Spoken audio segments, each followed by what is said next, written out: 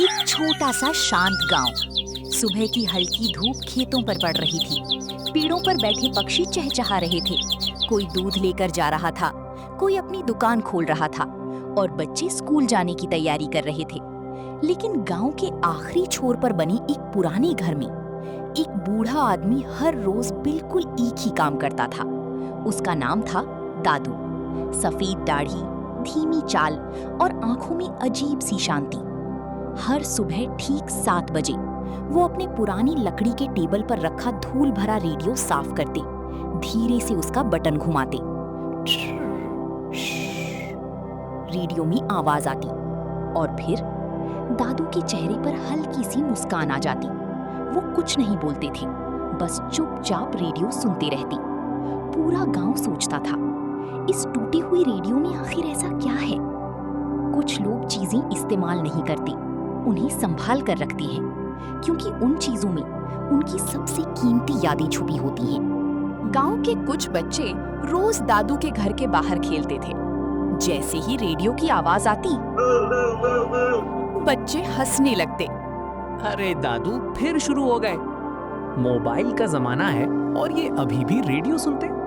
एक बच्चा रेडियो की आवाज निकालकर मजाक करता, बाकी बच्चे जोर जोर से हंसने लगते।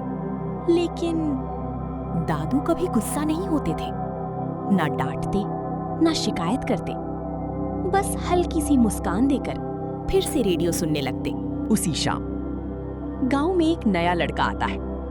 पतला सा, कंधे पर बैग और आंखों में ढेर सारे सवाल। उसका नाम था राजू। राजू अपने चाचा के घर रहने आया था। पहले ही दिन उसने पूरे गांव में एक ही बात सुनी, गांव के आखिरी घर वाले दादू थोड़े अजीब हैं। राजू को उत्सुकता हुई। अगली सुबह वो चुपके से दादू के घर के पास जाकर खड़ा हो गया। दादू हमेशा की तरह रेडियो के सामने बैठे थे, लेकिन इस बार राजू ने कुछ अजीब देखा। दादू रेडियो सुन नहीं रहे थे, वो उससे बात कर रहे थे, धीरे धीरे, जैसे कोई सामने बैठा हो। दादू मुस्कुराकर बोले, हाँ, आज बारिश होने वाली लग रही है। रेडियो में सिर्फ आवाज आ रही थी, लेकिन दादू ऐसे जवाब दे रहे थे जैसे कोई उनसे सच में बात कर रहा हो। राजू की आंखें बड़ी हो गईं। उसने धीरे से खुद से कहा, ये आखिर किससे बात करते हैं? अगले कुछ दिनों तक राजू रोज चुपचाप दादू को देखने आने लगा। अब उसे डर नहीं लगता था, बस हैरानी होती थी। एक सुबह राजू हिम्मत करके दादू के पास बैठ गया। दादू हमेशा की तरह रेडियो साफ कर रहे थे। पुराने कपड़े से उसकी धूल हटाते, धीरे धीरे उसके बटन घुमाते। राजू खुद को रोक नहीं पाया। उसने पूछा, दादू, इसमें ऐसा क्या है? दादू कुछ सेकंड चुप रहे। उन्होंने प्यार से रेडियो पर हाथ फेरा और धीमी आवाज में बोले, इसमें मेरी दुनिया है। राजू और ज्यादा उलझ गया। उसे तो वो बस एक पुराना टूटा रेडियो लग रहा था। तभी अचानक लग जा गले, रेडियो पर एक पुराना गाना बजने लगा। गाना सुनते ही दादू की आंखें चमक उठी। उनके चेहरे पर वैसी मुस्कान आई जो शायद बहुत सालों बाद आई थी। वो धीरे धीरे गाने के साथ गुनगुनाने लगे। राजू पहली बार दादू को इतना खुश देख रहा था। कुछ आवाजें इंसान बूढ़ा होने के बाद भी नहीं भूलता, क्योंकि वो सीधे दिल में रहती हैं। गाना खत्म होने के बाद दादू कुछ देर चुप रहे, फिर आसमान की तरफ देखते हुए बोले, बहुत साल पहले मेरी पत्नी रोज इसी रेडियो पर गाने सुनती थी। राजू ध्यान से सुनने लगा। दादू की आवाज अब भारी हो चुकी थी। हर सुबह ठीक 7 बजे हम दोनों यहीं बैठते थे। वो चाय बनाती थी और मैं रेडियो चलाता था। दादू हल्का सा मुस्कुराए, लेकिन उनकी आंखों में आंसू आ चुके थे। फिर एक दिन वो चली गई। कमरे में सन्नाटा छा गया। सिर्फ रेडियो की हल्की आवाज सुनाई दे रही थी। दादू ने रेडियो को अपने सीने से लगाया और बोले, लेकिन मैं आज भी रोज इसे उसी समय चलाता हूँ, क्योंकि ऐसा लगता है जैसे वो अभी भी मेरे पास बैठी हैं। अब राजू की रोज की आदत बन चुकी थी। सुबह होते ही वो भागता हुआ दादू के घर पहुंच जाता। दादू पहले से उसके लिए एक छोटी कुर्सी रख देते। फिर दोनों साथ बैठकर रेडियो सुनते। कभी पुराने गाने चलते, कभी समाचार और कभी सिर्फ श्श की आवाज। लेकिन अब राजू को वो आवाज भी अच्छी लगने लगी थी। धीरे धीरे गांव के लोग भी ये सब नोटिस करने लगे। जो बच्चे पहले दादू का मजाक उड़ाते थे, अब दूर खड़े होकर चुपचाप देखते। उन्हें समझ नहीं आता था कि एक पुराना रेडियो आखिर किसी को इतना खुश कैसे कर सकता है। एक सुबह सब कुछ हमेशा जैसा ही था। दादू ने रेडियो उठाया, धूल साफ की और मुस्कुराकर बटन घुमाया। लेकिन इस बार कोई आवाज नहीं आई। कमरे में सन्नाटा छा गया।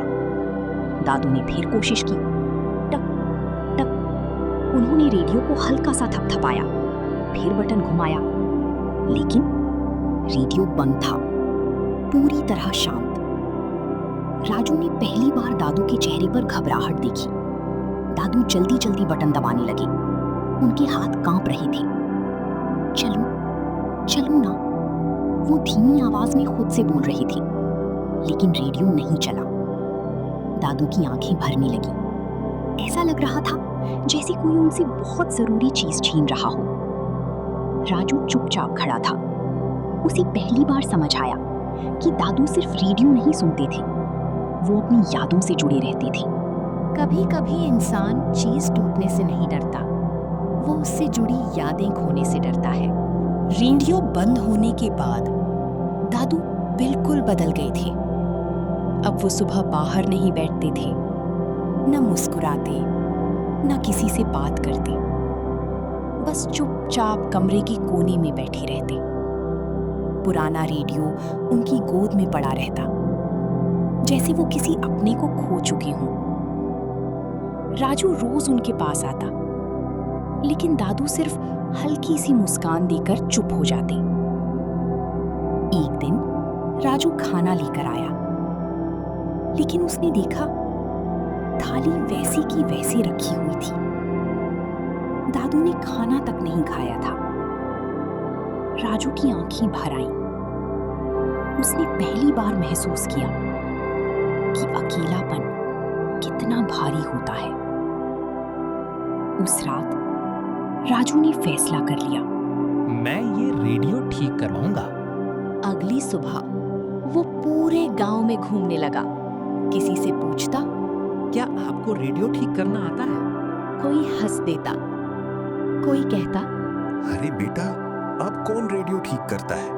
कई दुकानदारों ने साफ मना कर दिया, लेकिन राजू हार नहीं मानता। धूप तेज हो चुकी थी, उसके पैर थक चुके थे, फिर भी वो चलता रहा। आखिरकार शहर की एक पुरानी गली में उसे एक छोटी सी दुकान दिखाई दी। दुकान में पुराने टीवी, घड़ियां और टूटे रेडियो पड़े थे। अंदर एक बूढ़ा मैकेनिक बैठा था।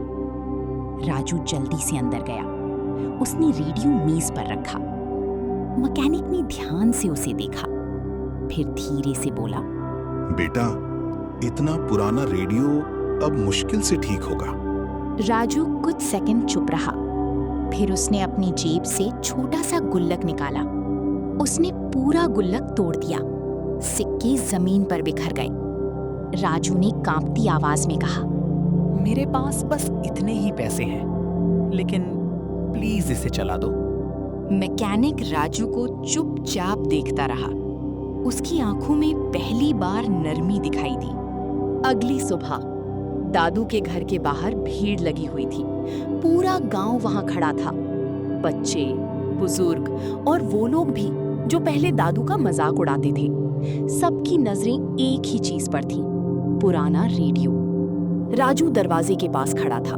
उसके चेहरे पर हल्की सी घबराहट थी।